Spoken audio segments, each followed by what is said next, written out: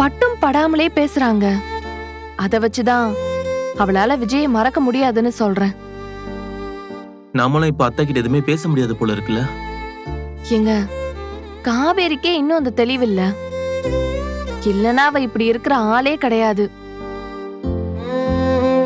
இப்படி குழப்பமாவே இருக்கிறப்போ விஜய் அவளால விட்டு கொடுக்கவே முடியாதுங்க. விஜயை பத்தி தப்பா பேசிட்டா அப்படியே பொங்கிட்டு வருதுங்க அவளுக்கு.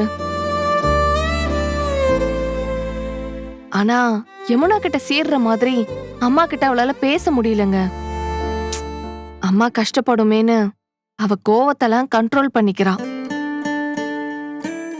நீங்க இந்த பணத்தை விஜய் கிட்ட குடுக்கறேன்னு சொன்னப்ப கூட வழிய அவ மேல போட்டுக்கிட்டு விஜய் யாரும் எதுவும் சொல்லிடக்கூடாதுன்னு எப்படி பேசினான்னு பாத்தீங்கல்ல. அத அம்மா நோட் பண்ணுச்சுங்க. கண்டிப்பா இத வச்சு அம்மா ஏதாவது காவேரி கிட்ட பேசி மனச மாத்த பாக்கும். சரிங்க, எனக்கும் தூக்கம் வருது. நான் லைட் ஆஃப் பண்ணிரவா? என்ன சிரிக்கிறீங்க? தெரியல, சிரிப்பு வருது. இங்கதான் படுப்பியா? ஏன் உங்களுக்கு டிஸ்டர்பா இருந்தா சொல்லுங்க, நான் எப்பவும் போல எங்க அம்மா கூடயே போய் தூங்கிக்கிறேன். அதெல்லாம் வேண்டாம், நீ இங்கேயே படு. இல்ல இல்ல, நான் அங்கேயே போறேன்.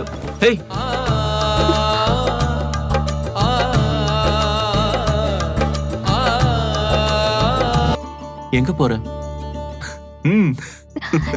எங்க?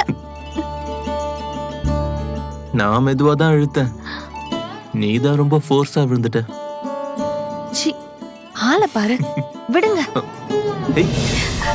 கொடியிலே மல்லியப்பூ மணக்குதே மானே, எடுக்கவா கொடுக்கவா துடிக்கிறேன் நானே.